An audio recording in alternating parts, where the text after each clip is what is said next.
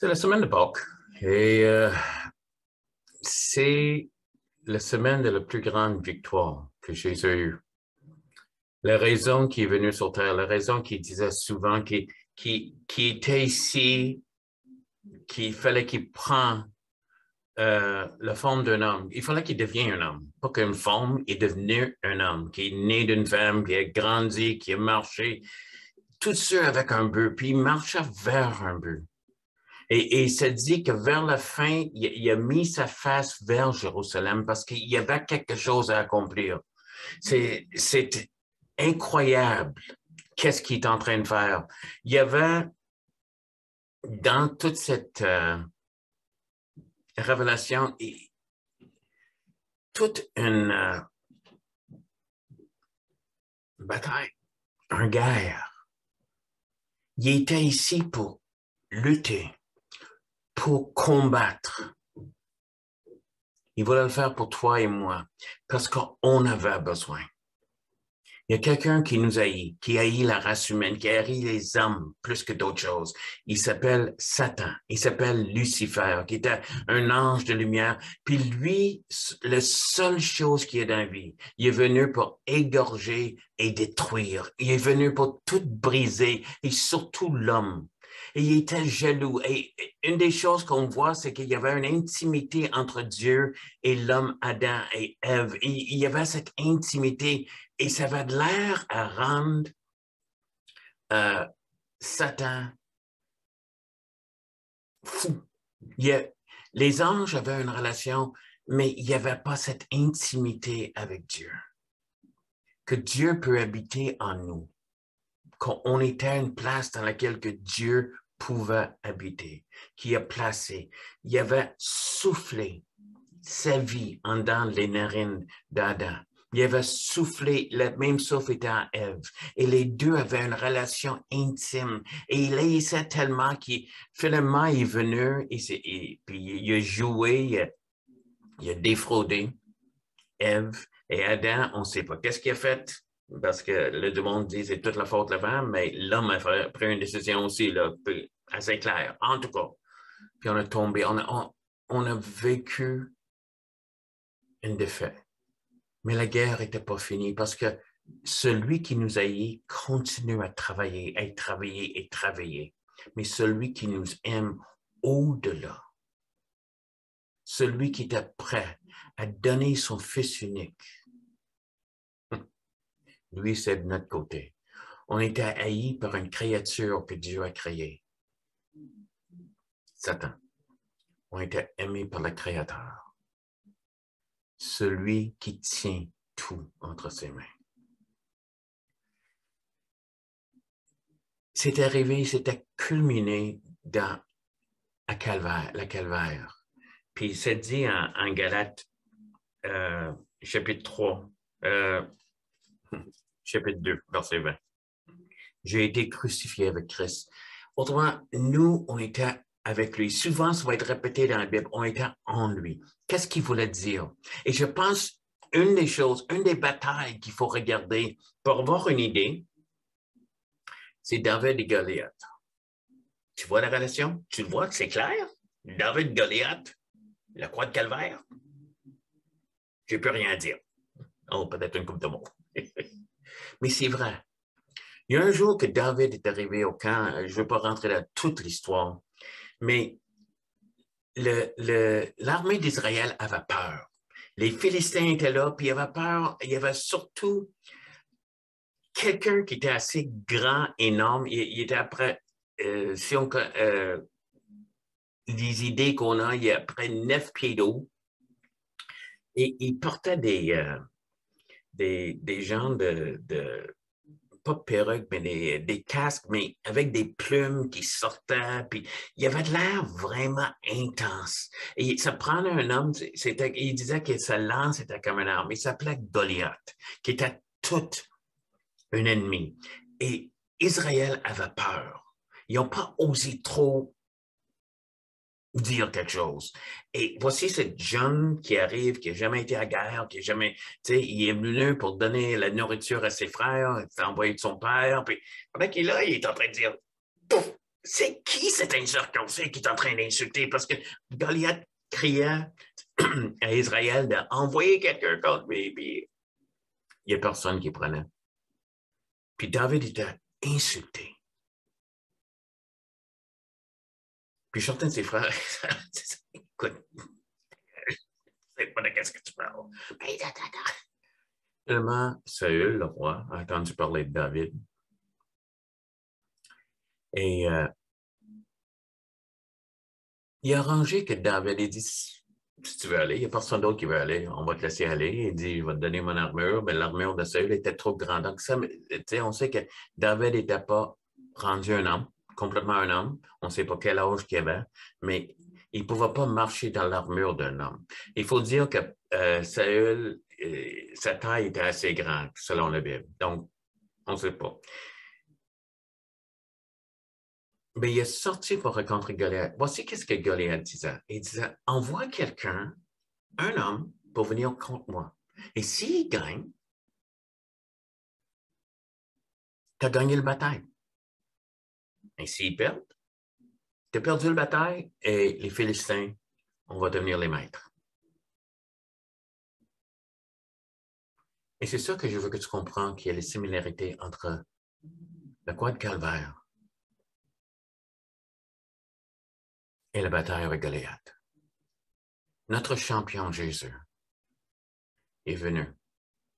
Et s'il gagne, toute la race humaine était représentée en lui. On était crucifié avec lui. On était en lui. Il nous portait. Et il portait juste sous son cœur, il nous portait sur lui.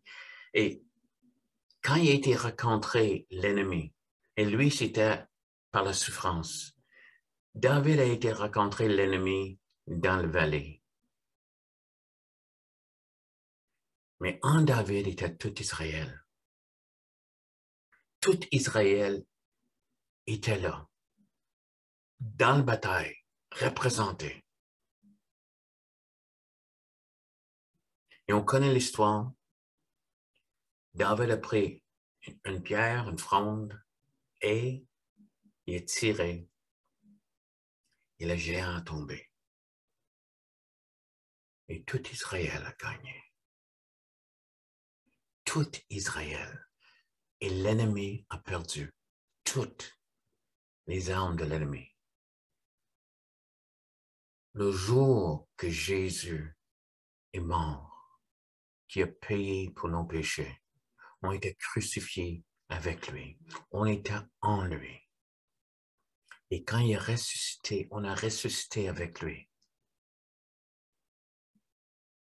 Et toute la race humaine a gagné la bataille contre celui qui nous haït. Cet ennemi qui voulait juste égorger et détruire. Satan. Et c'est ça son rôle. Réalise que qu'est-ce qui est en train d'être arrivé sur le croix de Calvaire, comme qu'est-ce qui est arrivé dans la vallée avec David. Avec David, ça impliquait tout Israël. Avec Jésus, c'est toute la race humaine. Dès la création jusqu'à la fin du monde. Et tout le monde était là, en train de rencontrer, en train de faire bataille. Il a vaincu la mort et l'enfer. Il a vaincu le péché. Il est mort. Le salaire du péché, c'est la mort. La Bible dit, Christ est mort. Puis il a vaincu, mais il n'est pas resté là. Il n'est pas juste mort. Il est resté, il a vaincu la mort. Il a pris les clés de la mort et l'enfer. Il a gagné la bataille et on était en lui. Je veux que tu sais ça aujourd'hui. Ça, c'est le message de la Bible. On est en lui. Si tu as reçu Jésus, tu es assis dans les lieux célestes avec Christ, au-delà de toute domination, toute autorité, tout nom qui se nomme. Il y a une autorité que tu as parce que tu es assis avec lui, parce qu'il t'a pris avec lui sur la croix. Et il a dit à tous ceux qui veulent la recevoir. Il donnera une nouvelle puissance à devenir les hommes de Dieu. Matthieu 1, verset 12. Et c'est ça qui est gagné pour nous, la vie éternelle. Dieu a aimé le monde. Il a donné son Fils unique, afin que quiconque croit en lui ne périsse point. Et si tu crois que celui qui est mort sur la croix l'a fait pour toi, que tu étais représenté là, que tu étais crucifié, il faut le croire.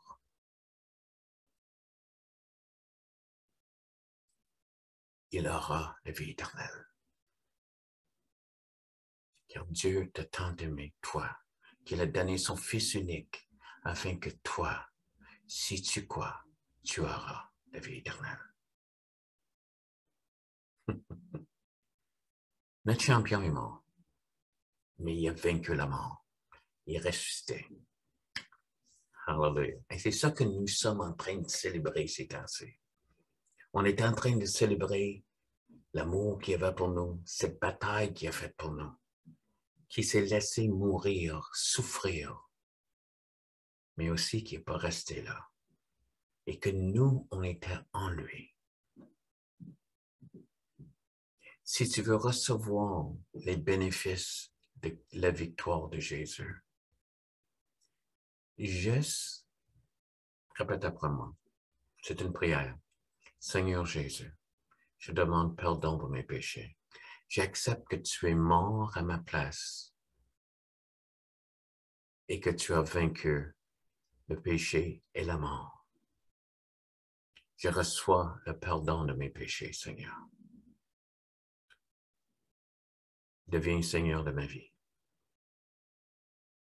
Seigneur, pour ceux qui font cette prière pour la première fois, je demande que tu scelles, que tu les trouves, que tu les entoures, que tu les gardes, Seigneur.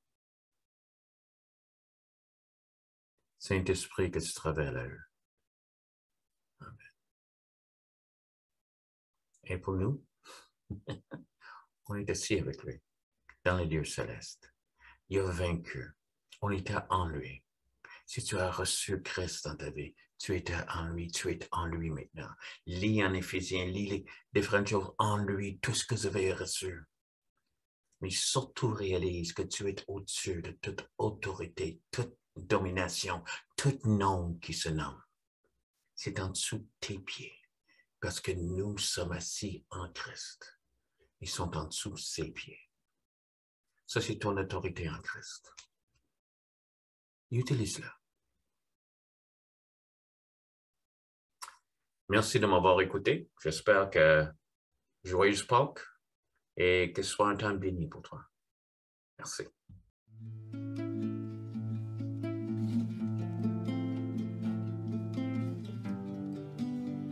Quand on cherche sincèrement, il y a des réponses qui s'offrent à nous. Comment peut-on concevoir, accepter que toutes les autres... OK. Est-ce que quelqu'un d'autre a une réponse? Écoute, non plus, je ne suis pas 100% avec ça. C'est la réponse. Qu'est-ce que vous pensez? J'avais pas de réponse. As-tu d'autres idées? J'ai une réponse. On t'invite à rejoindre. Et si tu as des questions, tu peux les poser. Mais Dieu t'aime. Rappelle-toi, ça, c'est la conclusion qu'on a. Et il veut rencontrer tes besoins. Puis la parole nous dit que Dieu ne rejette pas un cœur brisé puis un esprit contrit.